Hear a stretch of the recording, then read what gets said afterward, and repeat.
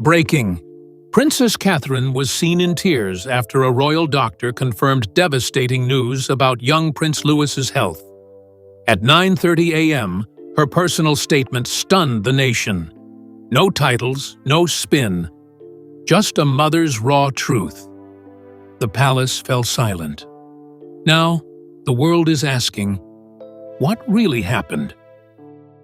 The morning everything changed. At exactly 8:06 a.m., something shifted inside every household across the United Kingdom. Phones buzzed at breakfast tables, televisions cut away from politics and weather reports, commuters paused mid-step on platforms. The message didn't come from an aide, a reporter, or a palace spokesperson. It came directly from Catherine, Princess of Wales. But it wasn't a royal proclamation. It wasn't dressed in grandeur or wrapped in diplomatic niceties. It was just a mother's words. Simple, clear, heartbreaking. Prince Louis, the youngest child of William and Catherine, had been diagnosed with a medical condition requiring long-term care. No medical jargon, no distracting details. Just the quiet confirmation that every parent fears, now shared with an entire nation. The statement landed like a cold wind through the country, not for what it said, but for how it said it. This morning, our family would like to share that Prince Louis has recently been undergoing medical evaluation and will require ongoing care and monitoring moving forward. We kindly ask for privacy as we navigate this journey together as a family. No promises, no reassurances that everything would be fine. Just truth, spoken with tenderness. Within 3 minutes, BBC, Sky, ITV, and even international networks like CNN and France 24 broke into live programming. Headlines flashed. Analysts froze. Anchors stumbled over their words, adjusting tone mid-sentence. Even the most seasoned presenters paused. This wasn't politics. This wasn't scandal. This was real. In that moment, the public stopped seeing Catherine as the future queen and saw her instead as a mother facing something unimaginable. Outside Kensington Palace, within the hour, small crowds began forming, not shouting, not snapping photos, just standing silently, some with hands pressed to their lips, others quietly crying. Some held phones, refreshing news feeds that offered no new details, only the sting of what was already known. There was no big royal event that day, no ceremony, no appearances, and yet it was one of the most powerful moments of the monarchy in years, because it didn't come from the crown. It came from the heart. Catherine's decision to speak directly, with no flourish, no palace filter, was a turning point. For years, the monarchy had been seen as guarded, mechanical, sometimes even cold. But this was something else, and the country felt it. But while the public digested the words, inside the palace, the truth had already settled in long before 8:06 a.m. And behind those closed doors, whispers had already started. Which brings us to what had been unfolding in silence.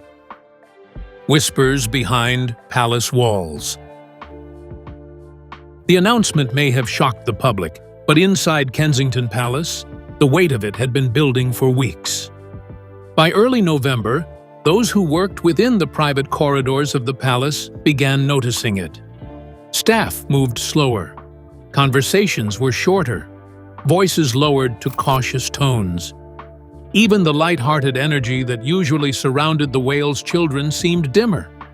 Something was wrong, and everyone who spent more than a few hours inside those walls felt it. The first real sign came when Catherine cancelled 2 quiet engagements. No explanation given. That alone didn't raise alarms. Royals change schedules all the time. But then came the second change, and the third. And still, no official statement, just polite silence. Inside, drafts of the announcement were already circulating. For weeks, Catherine had been rewriting the statement. Not once, not twice, but again and again, late at night, each version trying to strike a balance between truth and protection. She faced enormous pressure from advisors. Many urged her to wait. Others told her to keep it vague. A few said to let William take the lead and deliver the message himself. But Catherine refused. "This is not about duty," she reportedly told one senior aide. "It's about being a mother, and this must come from me." And so she held on to the words until they were hers. Not the palace's, not the crown's, hers. Meanwhile, inside the palace walls, life became quieter. Meetings were held behind closed doors. The usual rhythm of staff movements slowed. Even the royal nannies adjusted the children's routines without question. This wasn't the usual type of royal concern. No scandal, no image management. This was deeply personal, and everyone respected the silence. As Catherine continued her royal duties in public, visiting schools, smiling in crowds, speaking about early childhood, those closest to her noticed the subtle cracks. Her eyes drifted during briefings. Her phone buzzed more than usual. A quiet cough in the next room would stop her mid-sentence. She was present, but part of her was always somewhere else. Always listening, always bracing. And when she finally made the decision to speak publicly, it wasn't because of PR strategy or public pressure. It was because the truth had already been carved into the walls of her home. Because the silence could no longer protect Louis. And so, while the country woke to breaking news inside Kensington, it wasn't news at all.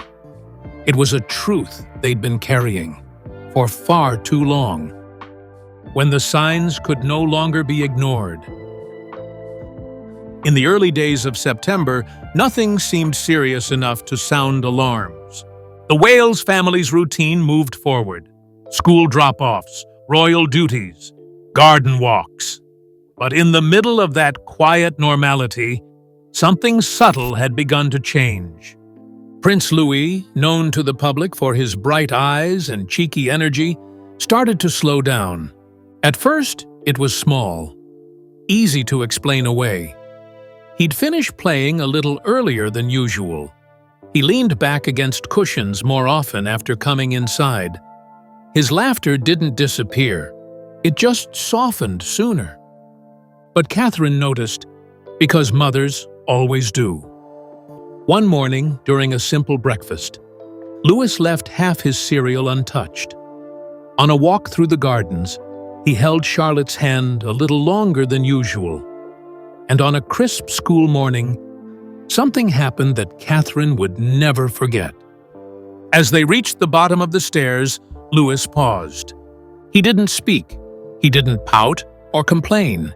He just stood there, his small hand trembling slightly as he reached for balance. Catherine knelt next to him, smoothed his jumper, kissed his forehead, and sent him on his way. But the moment stayed with her, long after the door closed behind him. That evening, Catherine asked her private secretary to bring forward his medical evaluations, quietly. No fuss, no attention, just a mother following her instinct. As October began, palace decisions started shifting. Appointments involving the Wales children were quietly scaled back. Louis's name stopped appearing in public plans. There were no explanations, only silence. And inside the palace, the silence started to feel heavier. Even Charlotte, wise beyond her years, sensed something had changed. She stayed close to her brother, holding his hand on walks, watching him when he didn't realize she was looking.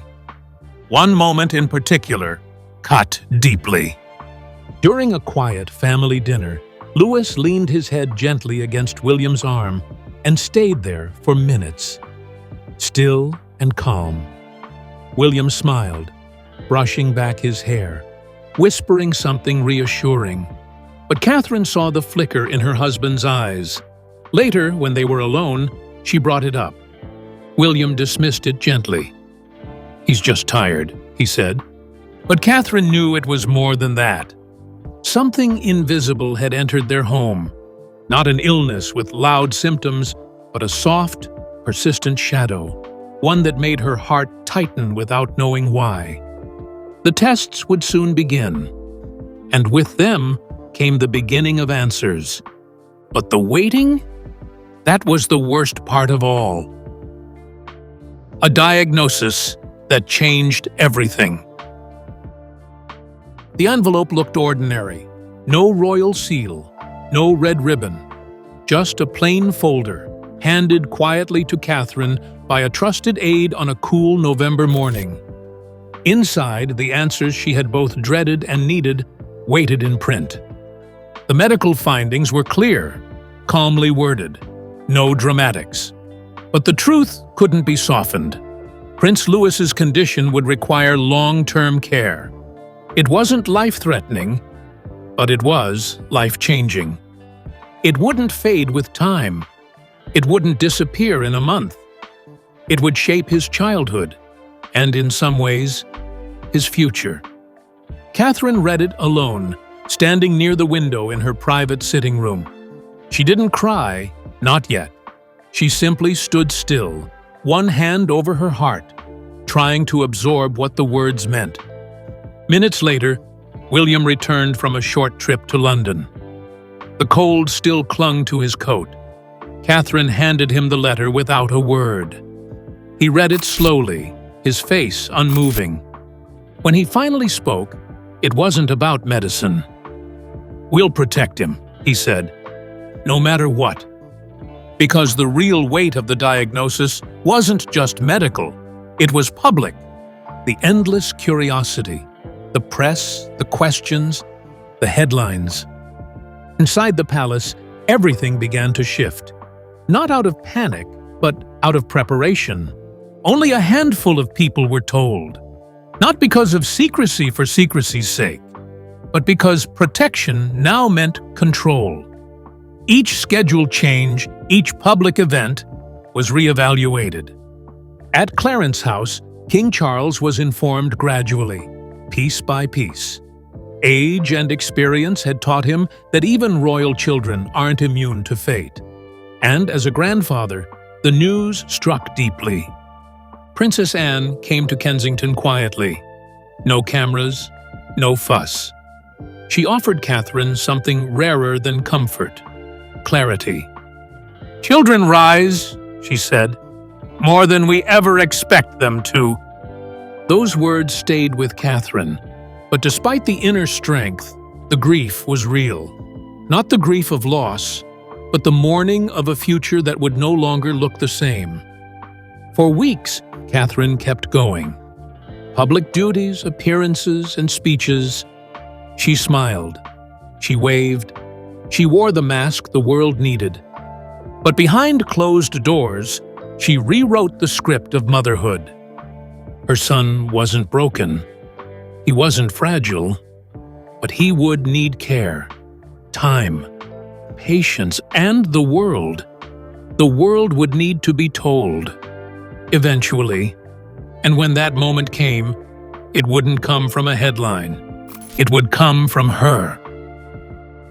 The silent shift across Windsor.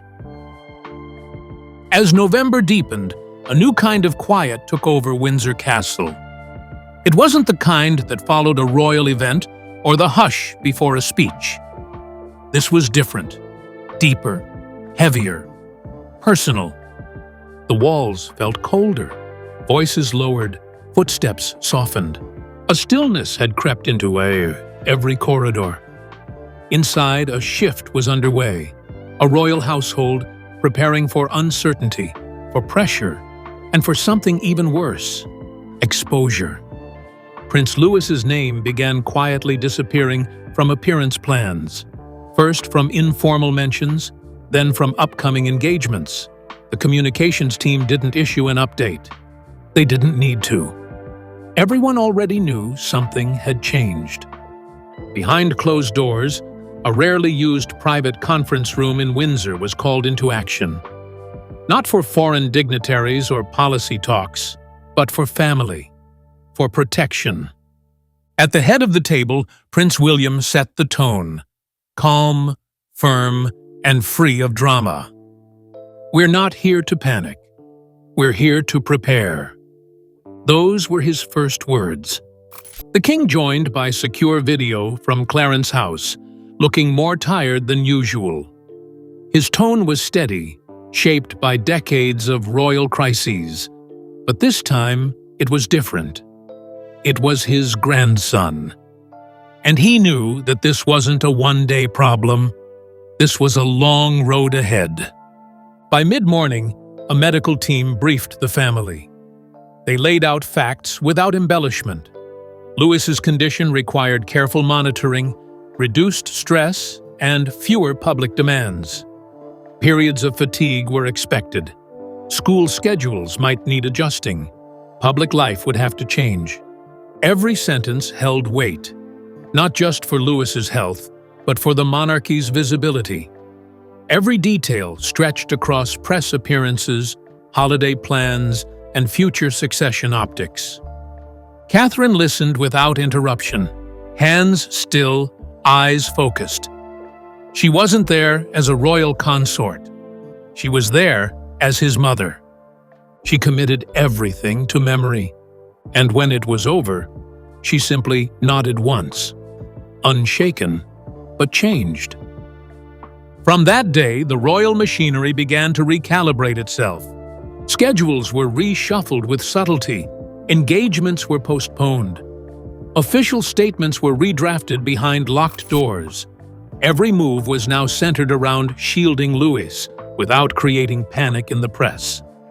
Outwardly, nothing looked different. But inside, everything was. And through all of it, Catherine remained composed. But the storm she was shielding from the world? It hadn't even begun. Love, loyalty, and private decisions. The hardest decisions are often the quietest. And in the days following Louis's diagnosis, Catherine faced one of the most emotionally complex choices of her royal life. How much to tell the public, and when? The pressure came quickly, from advisors, press officers, even political consultants. Some urged transparency, release a statement early, control the story before it spirals. Others warned to stay silent, at least until the new year. Let public interest cool off. But Catherine refused to follow either side blindly. "This isn't strategy, it's my son's life," she told one advisor. She was already reading the press carefully, watching headlines creep closer to speculation. The problem wasn't the media frenzy. It was the growing absence of truth. Silence had once been a shield, but now it was starting to look like something else. Avoidance. In a closed-door discussion with the king, Charles urged unity. Whatever is said, it must come from the family, together. Princess Anne, ever pragmatic, was more blunt. "Say only what protects him, nothing more." But for Catherine, the decision didn't come down to protecting a brand. It came down to protecting a boy. She reviewed several drafted statements, prepared overnight by palace aides. They were polished, professional, and completely hollow. One version used the phrase, routine pediatric care. Another mentioned general fatigue. A third suggested Louis was resting privately after a minor illness. All of them felt wrong. Catherine's instincts told her this moment required more than polished words. It required truth without vulnerability, clarity without damage. And so, in the privacy of her study, she began writing her own version. By hand. No titles, no misleading comfort. No specifics that tabloids could twist. Just a simple explanation. Prince Louis was undergoing continued medical evaluation, and the family requested privacy and understanding. When she showed it to William, he didn't suggest changes. He simply read it and said, "If this comes from you, they'll listen." In the hours that followed, the household went quiet again, not with fear, but with focus. There would be no press conference, no press leaks, only Catherine's words. Meanwhile, Charles and Camilla offered unwavering support. There was no palace politics, no positioning, just family. "You're doing this the right way," Charles told her via video. "Not as a royal, as a mother." Anne arrived the next morning, coat dusted with frost, handing Catherine a small bracelet she once wore when Zara was ill. No words, just a look of shared strength. By then, the message was almost finalized. The only thing left to decide was when to release it, because the truth was ready, and the world was already watching. A leak that threatened everything. The plan had been simple: protect Prince Louis, keep the circle small, and allow the family time to adjust before the world knew anything at all. But in a modern monarchy, silence is fragile, and on November 29th, that silence cracked. It didn't come from betrayal or malice. There was no secret recording or paid insider. Instead, it was something far more unsettling: an ordinary administrative slip. A hospital system update, briefly visible where it shouldn't have been. A coded reference. A date. A line that meant nothing to most people, but everything to the wrong one. Inside Catherine's study, the mood shifted instantly. The note didn't reveal a diagnosis, it didn't spell out details, but it confirmed what the palace had feared. Prince Louis was undergoing ongoing medical evaluation. Enough to invite questions, enough to fuel speculation, enough to attract attention that could no longer be controlled. William's first question was direct. Had the information spread? The answer was careful, but troubling. One comment had already been noticed. One curious inquiry had already been made. And in today's media world, curiosity travels fast.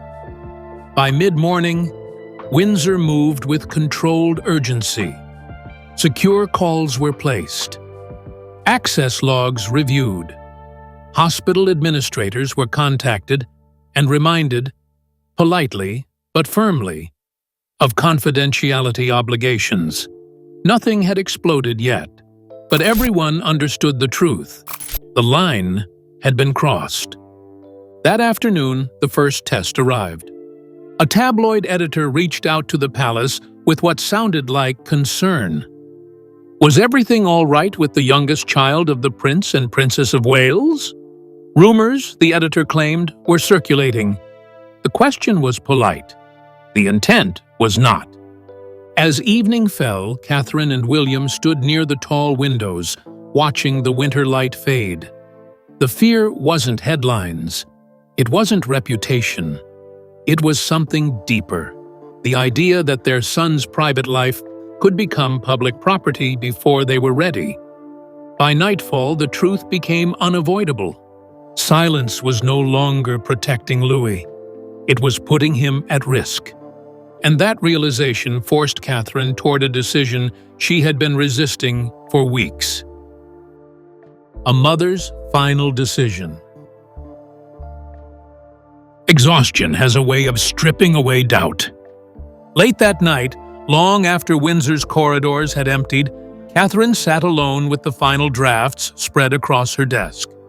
Each version was careful, each one safe, and each one wrong. The tabloids were circling now. Not aggressively, not yet, but enough. Enough that waiting any longer would hand control to people who didn't know Louis, didn't love him, and didn't see him as anything more than a headline. William joined her quietly. He didn't argue. He didn't push. He simply asked the question that mattered most. What's best for him? The answer came easily. They would speak first. Not with details, not with medical language that could be twisted, but with truth, delivered simply and firmly, on their terms. Just before dawn, Catherine watched her son sleep. His breathing was calm, his face peaceful. He was still the same child, curious, gentle, all unaware of the weight pressing around him. That moment settled everything. When William returned, Catherine told him she was ready. "We do this now," she said, "before anyone else does." He didn't hesitate. "We'll face it together." By 7 a.m., Catherine was composed, dressed plainly, her hair pulled back without ceremony. Advisors waited, but she set aside their final suggestions. The statement she would release wasn't written by committee. It was written by her. Careful, restrained, honest. No dates, no diagnosis, no promises. Just acknowledgement and a request for privacy. At 9:30 a.m., the message went public. Within minutes, the world paused. Inside Windsor, there was no celebration, no relief, only quiet resolve. Catherine knelt beside Louis later that morning, holding him close, whispering reassurance that mattered far more than headlines ever could. The truth was out. And for the first time in weeks, Catherine felt something shift. Not relief, not peace, but clarity. She had done what she could, as a mother first, and everything else second. When the truth finally breaks free. At 9:30 a.m., Catherine's statement went live. The world didn't erupt, it paused. Not with outrage, but with understanding. Prince Louis has been undergoing medical evaluation. As a family, we ask for space, compassion, and privacy. No drama, no spin, just honesty, delivered with calm strength. In under 3 minutes, every major UK outlet moved the story front and center. BBC and Sky News adjusted coverage. Across the Atlantic, CNN, NBC, and others followed. But no one demanded more. They simply respected the truth. Inside Windsor, there was no follow-up, no staged appearances, just the Wales family, together, quiet, steady, protective. Charlotte and George sensed the shift, even if shielded from headlines. And Louis, unaware of the global stir, spent his day wrapped in routine, love, and the calm his parents fought to preserve. Later that night, William told Catherine, "You didn't just speak for Louis. You spoke for every parent who's afraid, every child who needs peace." She said nothing. She didn't have to, because after months of silence, the truth was finally out. And it was met not with scandal, but with grace. What this means for Louis and the monarchy. This story won't end with headlines. Prince Louis may grow up in a palace, but also under the quiet weight of medical care, adjustments, and public curiosity.